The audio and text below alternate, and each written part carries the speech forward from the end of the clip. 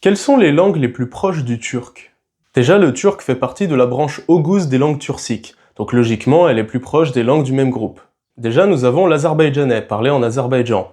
Un azerbaïdjanais et un turc peuvent communiquer et ils comprendront la majorité de ce qu'ils diront. Et c'est pareil aussi pour le gagaouz, parlé en Moldavie et en Ukraine. Ça, c'est pour les langues largement compréhensibles. Maintenant, on reste dans la famille oghuz, mais ça commence à devenir très compliqué à comprendre pour un turc moyen. Donc il y a le turkmène, parlé au Turkménistan, ainsi que le qashqai et le khorasani qui sont très proches, parlés en Iran. Maintenant, on sort de la branche oghuz pour aller vers certaines langues de la branche kiptchak. La langue kiptchak la plus proche est le tatar de Crimée, qui a été fortement influencé par le turc durant la période ottomane, puis le koumyk et le karachay-balkar, parlés dans le Caucase, pour des raisons similaires.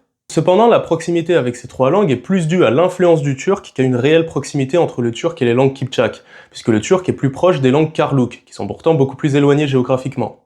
Il y a l'ouzbek, parlé en Ouzbékistan, et le ouïghour, parlé dans le Turkestan oriental. Et c'est seulement maintenant qu'on peut revenir aux langues kiptchak, avec entre autres le tatar, le bashkir, le kazakh et le kirghize, parlé en Russie, au Kazakhstan, au Kirghizstan et autour. Ces quatre-là sont presque au même degré d'éloignement, mais le tatar et le bashkir sont légèrement plus proches. Ensuite, nous avons l'avant-dernière branche des langues turciques, les langues turques sibériennes, quasiment toutes parlées en Russie.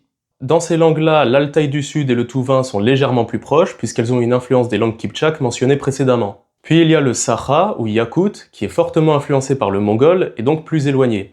Il est notamment parlé dans la ville la plus froide du monde, Yakoutsk, c'est dire à quel point elle est éloignée. Étonnamment, encore plus éloigné que toutes ces langues-là, on trouve le salar, en Chine, qui pourtant est une langue oghuz, comme le turc.